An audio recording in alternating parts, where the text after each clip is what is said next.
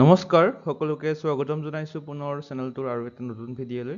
তো আমি গুৱাহাটী হাইকোৰ্টৰ জেডাবল এক্সামৰ যি জেনেৰেল নলেজৰ প্ৰিভিয়াছ ইয়াৰ কুৱেশ্যন ডিছকাছ কৰি আছিলোঁ তাৰে পাৰ্ট লৈ আহিছোঁ আজি। ইয়াৰে আগৰ সাতটা পাৰ্ট যদি আপোনালোকে চোৱা নাই তেনেহ'লে ডেছক্ৰিপশ্যনত প্লেলিষ্টৰ লিংকটো দিয়া আছে, তাতে ক্লিক কৰি আপোনালোকে চাব পাৰে। বাকী আজিৰ ভিডিঅ'টো টোটেল 25টা কুৱেশ্যন আছে আৰু শেষত আপোনালোকৰ বাবে এটা কুৱেশ্যন এডিট হোৱা আছে, গতিকে ভিডিঅ'টো শেষলৈ চাব। PDF টো আপোনালোকে টেলিগ্ৰাম চেনেলটোত পাই যাব, গতিকে টেলিগ্ৰাম চেনেলটো জইন হ'বলৈ কিউআৰটো স্কেন কৰিব পাৰে, নাইবা এই লিংকটো ডেছক্ৰিপশ্যন বক্সত দিয়া আছে, ইয়াতে ক্লিক কৰি আপোনালোকে জইন হৈ ল'ব। গতিকে বেছি পলম নকৰি আজিৰ ভিডিঅ'টো আমি আৰম্ভ কৰোঁ। প্ৰথম কুৱেশ্যনটো হৈছে question number 1। Who is the legal adviser of the government of a state in India? ভাৰতৰ যিকোনো এখন ৰাজ্যৰ চৰকাৰৰ আইনী উপদেষ্টা কোন? এই চাৰিটা অপশ্যনৰ শুদ্ধ উত্তৰটো হ'ব option D, the advocate general. এখন ৰাজ্যৰ এডভোকেট জেনেৰেল হৈছে চৰকাৰৰ আইনী উপদেষ্টা। Next question 2 number. How many high courts are there in India? ভাৰতত বৰ্তমান কিমানখন উচ্চ ন্যায়ালয় আছে? ভাৰতৰ মুঠ হাইকোৰ্টৰ সংখ্যা হৈছে বৰ্তমান 25খন। অপশ্যন ডিটো হ'ব শুদ্ধ উত্তৰ। Question number 3. Before Memory Fades is an autobiography of which of the following person? Before Memory Fades এইখন কাৰ আত্মজীৱনী হয়? এই তলৰ চাৰিজনৰ। ইয়াৰে অপশ্যন চিটো হ'ব শুদ্ধ উত্তৰ, ফেলি এছ নাৰিমেন। ফেলি এছ নাৰিমেনৰ অটোবায়োগ্ৰাফি হয় এইখন, before memory fades. Next question number 2 হৈছে 4. Who is the Chief Legal Advisor of Government of India? Bharat চৰকাৰৰ মুখ্য আইন উপদেষ্টা কোন? শুদ্ধ উত্তৰটো হ'ব option B, attorney general. Attorney general হৈছে ভাৰত চৰকাৰৰ মুখ্য আইন উপদেষ্টা। নেক্সট কুৱেশ্যন নম্বৰ 5টো হৈছে which of the following countries is not in Europe? তলৰ কোনখন দেশ ইউৰোপত নাই? ইয়াৰে নান অফ দ্য এবভ হ'ব লাগিছিলে, কাৰণ এই গোটেই দেশ চাৰিখনেই গোটেইকেইখন ইউৰোপত অৱস্থিত। তো নান অফ দ্য এবভ হ'ব লাগে।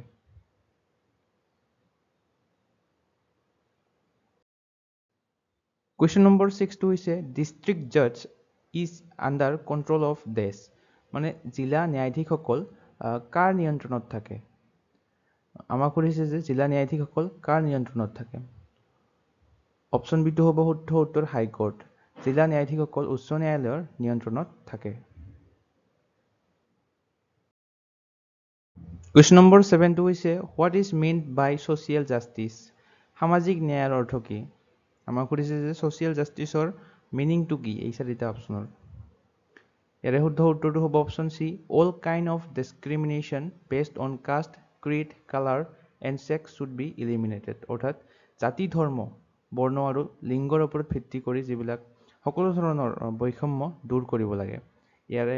ইয়াৰ জাষ্টিছ হৈছে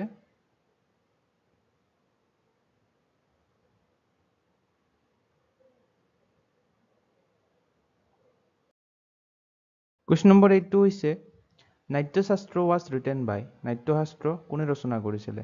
ভৰতমুনি, নাৰদমুনি, জণ্ডুমুনি নে ব্যাসমুনি? তো ৰিপিটিং কুৱেশ্যন হয়, ইম্পৰ্টেণ্ট কুৱেশ্যন হয় এইটো।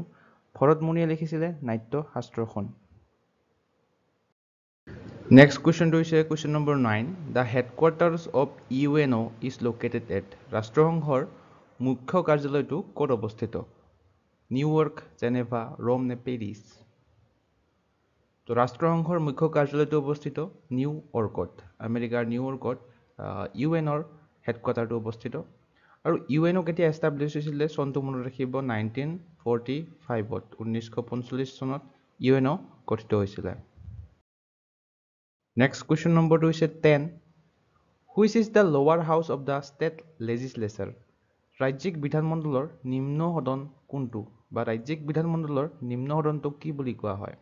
ৰাজ্যসভা, লোকসভা, বিধানসভা নে বিধান পৰিষদ? শুদ্ধ উত্তৰটো হ'ব অপশ্যন চি, বিধানসভা। ৰাজ্যিক বিধানমণ্ডলৰ নিম্ন সদনটোক বিধানসভা বুলি কোৱা হয়।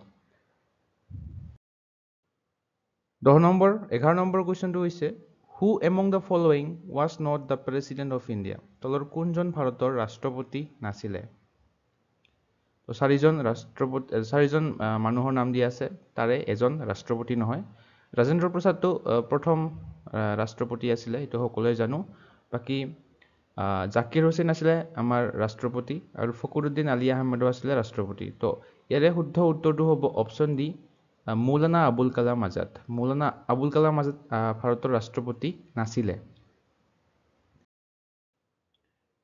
কুৱেশ্যন নম্বৰ 12 টো হৈছে who appoints the chief minister of a state ৰাজ্য এখনৰ মুখ্যমন্ত্ৰীক কোনে নিযুক্তি দিয়ে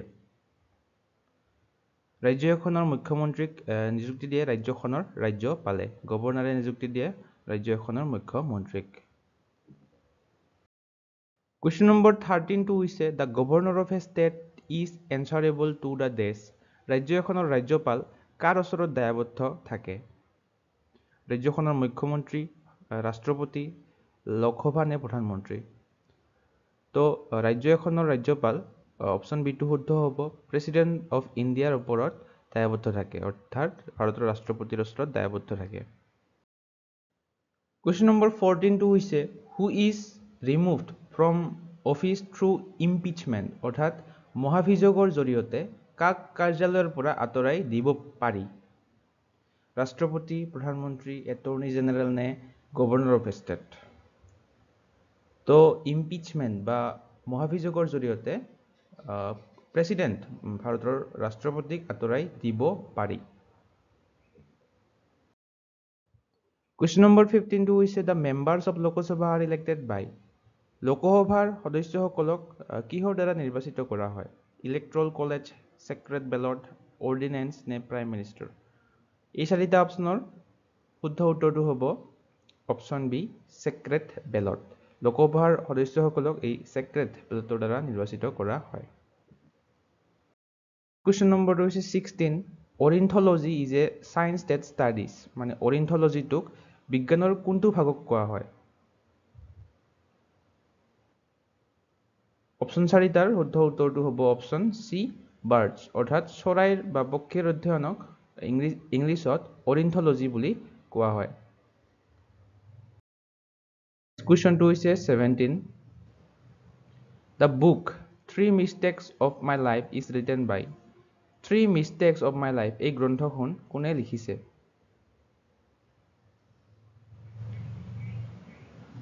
শুদ্ধ উত্তৰটো হ'ব অপশ্যন বি চেতন ভগতে এই 3 Mistakes of My Life নামৰ কিতাপখন লিখিছিলে Question number 18 টো হৈছে The Secretariat building of which state is known as Writers Building এইটো ৰিপিটিং কুৱেশ্যন হয় আগৰ প্ৰিভিয়াছ কুৱেশ্যনত আমি ডিসকাস কৰিছিলো এই কুৱেশ্যনটো কোনখন ৰাজ্যৰ সচিবালয়ক ভৱনৰ লিখক বুলি কোৱা হয় বা ৰাইটাৰ্ছ বিল্ডিং বুলি কোৱা হয় যদি আপোনালোকে আগৰ ভিডিঅ'বিলাক চাইছে তাতে গম পায় তেনেহলে অপশ্যন বি টো হ'ব শুদ্ধ উত্তৰ ওয়েস্ট বেংগল মানে এই পশ্চিম বংগৰ ৰাজ্যৰ সেক্ৰেটাৰিয়েট বিল্ডিংটোক লেখকৰ ভৱন বুলি কোৱা হয়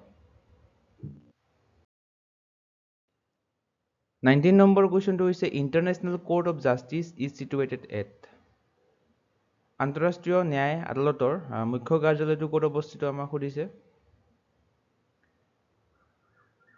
ৰিপিটিং কুৱেশ্যন হয় এইটো ইয়াৰে শুদ্ধ উত্তৰটো হ'ব অপশ্যন বি দি হেগ নেদাৰলেণ্ডৰ দি হেগত এই ইন্টাৰনেশ্যনেল কোৰ্ট অফ জাস্টিসটো অৱস্থিত 20 নম্বৰ কুৱেশ্যন দা গ্ৰেট হিন্দু ল গিভাৰ ৱাজ মহান হিন্দু আইনদাতা বুলি কাক কোৱা হয় আৰ্যভট্ট কৌটিল্য বাৎসায়ন নে মনু তো এইটো ৰিপিটিং কুৱেশ্যন ইটো আগতে সুধিছিলে অপশ্যন ডি টো হ'ব শুদ্ধ উত্তৰ মনু গ্ৰেট হিন্দু লয়াৰ বুলি ক'লে মনুক কোৱা হয় আৰু মনুৱে মনুস্মৃতি লিখিছিলে এইটো মনত ৰাখিব আমাক যদি সুধে মনুস্মৃতি কোনে লিখিছিলে তো আমি ক'ব লাগিব মনুৱে লিখিছিলে নেক্সট কুৱেশ্যনটো হৈছে 21 দ্য চিফ মিনিষ্টাৰ অফ ছত্তীশগড়ৰ মুখ্যমন্ত্ৰী কোন আছিলে তো তেতিয়া বেলেগ আছিলে বৰ্তমানৰ নাম কৈছো অপশ্যন বি টো হ'ব শুদ্ধ বিষ্ণু দেও চাই বৰ্তমান ছত্তীশগড়ৰ মুখ্যমন্ত্ৰী গৰাকীৰ নাম হৈছে বিষ্ণু দেও চাই question number 22 Where is the Rajiv Gandhi Stadium situated in Arunachal Pradesh? Arunachal Pradeshৰ Rajiv Gandhi Stadiumখন ক'ত অৱস্থিত? এই চাৰিটা অপশ্যনৰ শুদ্ধ উত্তৰটো হয় অপশ্যন এ নাহাৰলাগুন। অৰুণাচল প্ৰদেশত থকা ৰাজীৱ গান্ধী ষ্টেডিয়ামখন নাহাৰলাগুনত অৱস্থিত। Question number 23, computer related এটা question.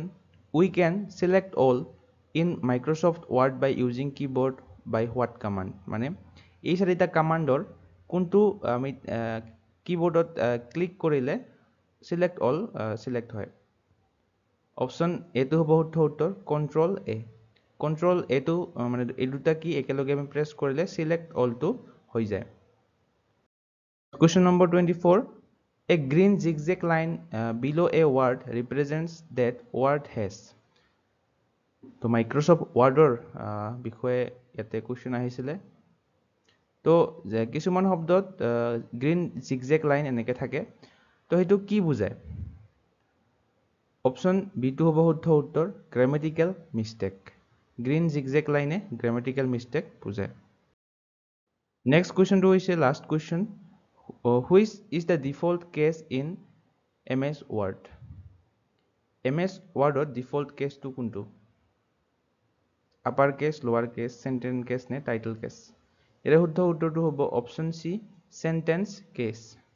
MS Wordৰ ডিফল্ট কেছটো হৈছে সেন্টেন্স কেছ।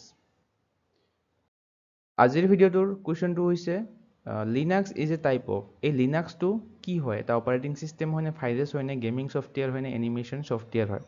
ইয়াৰে শুদ্ধ উত্তৰটো কি হয় আপোনালোকে কমেণ্ট কৰি জনাব লাগে। লগতে এইখিনিতে আপোনালোকক জনাওঁ যে আপোনালোকে যদি কাৰেণ্ট এফেয়াৰ্ছৰ কণ্টেণ্ট বিচাৰি আছে তেনেহ'লে আমাৰ চেনেলটোৰ দ্বাৰা এখন বুকলেট বনোৱা হৈছে, য'ত আপোনালোকে লাষ্ট 9 মান্থছ জানুৱাৰীৰ পৰা ছেপ্টেম্বৰ মাহলৈকে 1500ৰ অধিক MCQ পাব। আছাম নেশ্যনেল ইণ্টাৰনেশ্যনেল গোটেইখিনি ইম্পৰ্টেণ্ট যিখিনি কাৰেণ্ট এফেয়াৰ আছে সেইখিনি কভাৰ কৰা হৈছে। প্ৰতিখন মাহৰে 100ৰ অধিক MCQ পাব ইম্পৰ্টেণ্ট আৰু topic 38 national games, Assam budget, Assam civilians awards এইবিলাক টপিকো পাই যাব। এপইণ্টমেণ্টছ, ব্ৰিক্স সামিট MCQ ফৰ্মেটত দিয়া আছে আৰু যিবিলাক ৰিলেটেড পইণ্টছ আছে এইবিলাক এটাচ কৰি দিয়া আছে PDFখনত। গতিকে আপোনালোকে যদি PDFখন পাৰ্চেছ কৰিব বিচাৰে তেনেহ'লে এই হোৱাটছআপ নম্বৰটোত আপোনালোকে হোৱাটছআপ কৰি পাৰ্চেছ কৰিব পাৰে। আজিৰ ভিডিঅ'টোত এইখিনি আছিলে। ভিডিঅ'টো চাই কেনে পালে এবাৰ কমেণ্ট ছেকশ্যনত জনাব। চাই যদি ভাল পায় লাইক আৰু শ্বেয়াৰ কৰিবলৈ নাপাহৰিব। লগতে এছেনচিয়েল ষ্টাডিজন চেনেলটো ছাবস্ক্ৰাইব কৰি ল'ব এনেধৰণৰ কণ্টেণ্ট আগলৈ পাই থাকিবৰ বাবে। আজিলৈ ইমানেই, ধন্যবাদ।